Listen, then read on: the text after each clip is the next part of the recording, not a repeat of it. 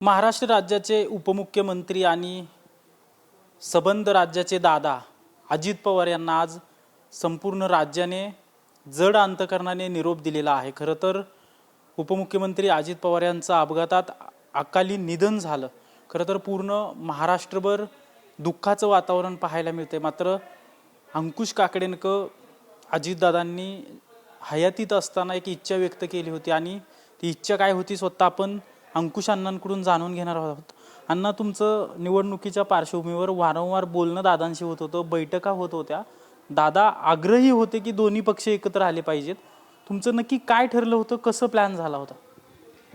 नाही, अजितदादांच्या काल अचानक जाण्याने महाराष्ट्राच्या राजकारणाची समीकरणं संपूर्ण बदलत गेलेली आहेत।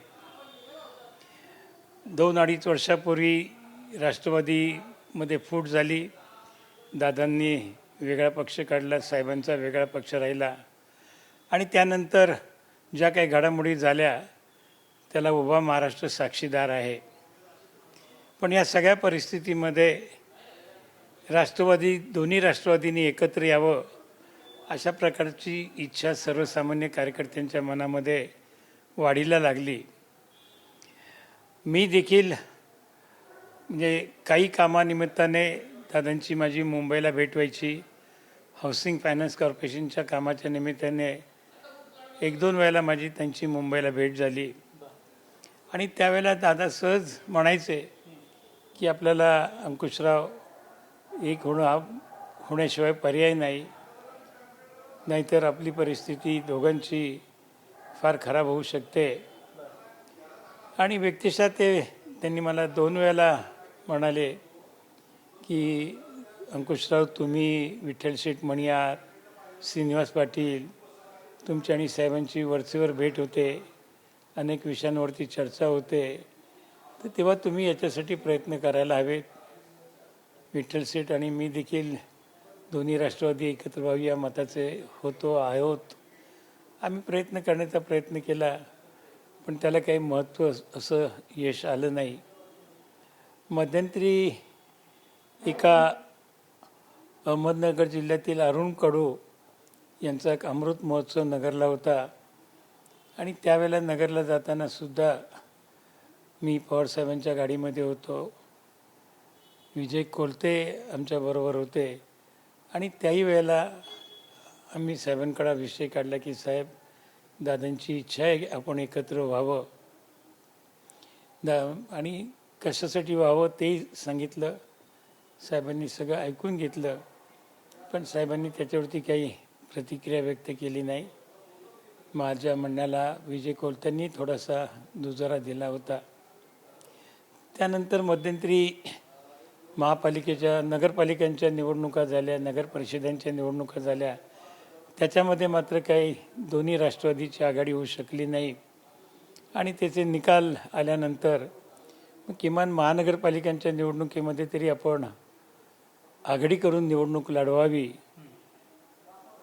पुणे, पिंपरी चिंचवड ही 2 महत्त्वाची शहरे आहेत, या ठिकाणी तरी आपण एकत्र यावं असा प्रयत्न झाला आणि पुण्यामध्ये आणि पिंपरी चिंचवडमध्ये दोन्ही राष्ट्रवादीची आघाडी झाली, पण ते अतिशय शेवटच्या क्षणाला झाली। म्हणजे अगदी गोंधळाची परिस्थिती होती, एबी फॉर्म जास्त वाटले गेले होते आणि दुर्दैवाने पुणे शहरामध्ये आमचा जो अध्यक्ष होता त्यांनी मात्र मीडियाच्या द्वारे पक्षाला किंवा पक्षाच्या नेतृत्वाला थोडंसं धक्का लागेल अशा प्रकारचं वातावरण तयार केलं गेलं। प्रशांत जगतापांबद्दल बोलतो, आमचे अध्यक्ष तेच होते ना, आणि त्याच्यामुळे आमच्याकडे कुठलीही कागदपत्र नव्हती।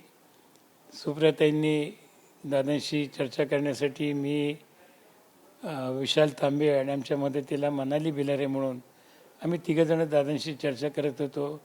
काही वेळेला त्या चर्चेमध्ये आमच्या पक्षाचे इतर वरिष्ठ देखील सहभागी झाले होते, परंतु आमच्याकडं सर्वेचा रिपोर्ट नव्हता।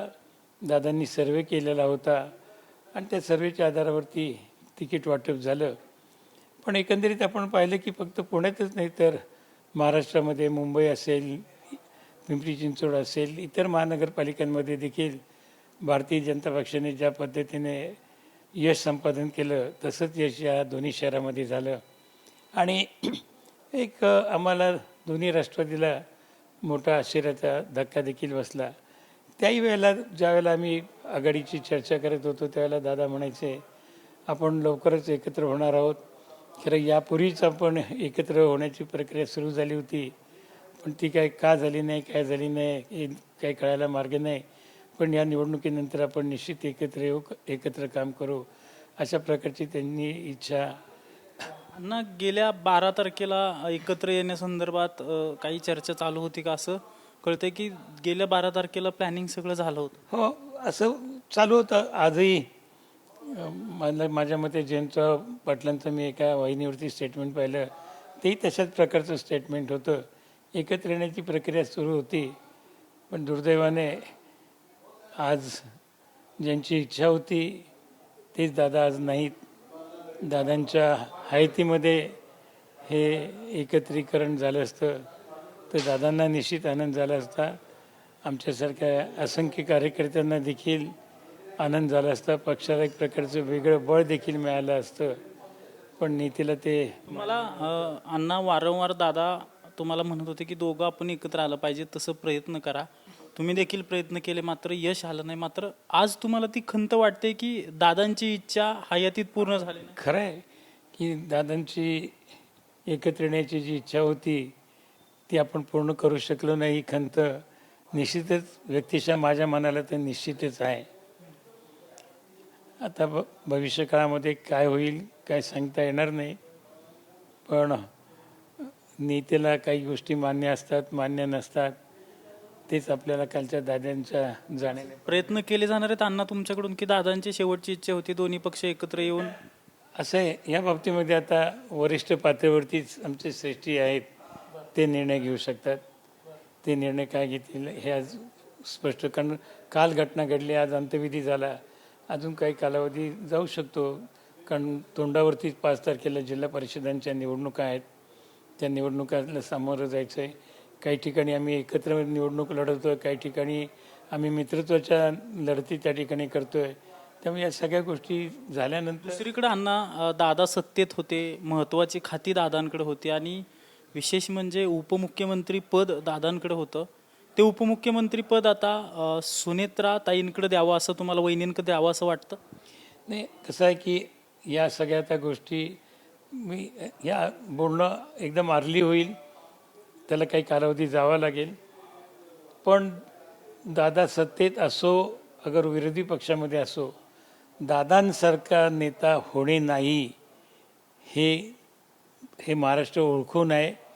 दादांसारखा तडफदार नेता आम्ही यापूर्वी पाहिलेला नाही आणि यापुढे देखील आम्हाला पाहायला मिळणार नाही.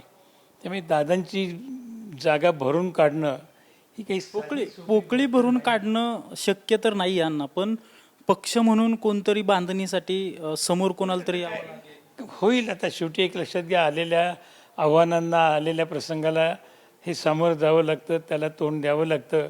आमच्या पक्षाचे श्रेष्ठी असतील, दादांच्या पक्षाचे श्रेष्ठी असतील, ते एकत्र बसून योग्य तो काय असेल तो निर्णय करतील आणि यातून काहीतरी आजच्या दुःखाच्या प्रसंगातून काहीतरी एखादं चांगलं घडेल अशी आपण अपेक्षा करूया. दादांचे जे मंत्री आहेत, काही मंत्र्यांना अगदी नरहरी झिरवाळांनी मागणी केली की सुनेत्रा पवारांना आता उपमुख्यमंत्री केलं पाहिजे. तर काय या बाबतीमध्ये लगेच काही मतप्रदर्शन करणं मला उचित वाटत नाही. आजच अंतविधी झाला आहे, काही काळ गेला पाहिजे. पवारांचं कुटुंब, सुनेत्रा वहिनी असेल, पार्थ असेल, जय असेल, सुप्रियाताई असतील, इवन साहेबांना सुद्धा थोडं स्थिर होऊ देणं गरजेचं आहे. आणि मला असं वाटतं की त्या विषयावरती आपण लगेच तातडीने मतं तुम्ही देखील घेणं मला फारसं योग्य वाटत नाही.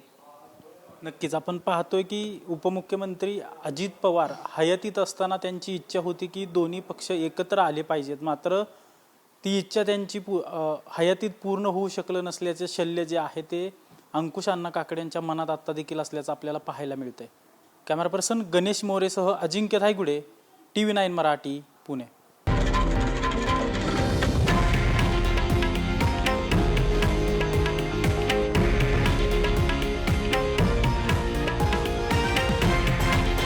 हे आहे देशातील नंबर 1 न्यूज नेटवर्क आणि आपण पाहत आहात TV9 मराठी, एकमेव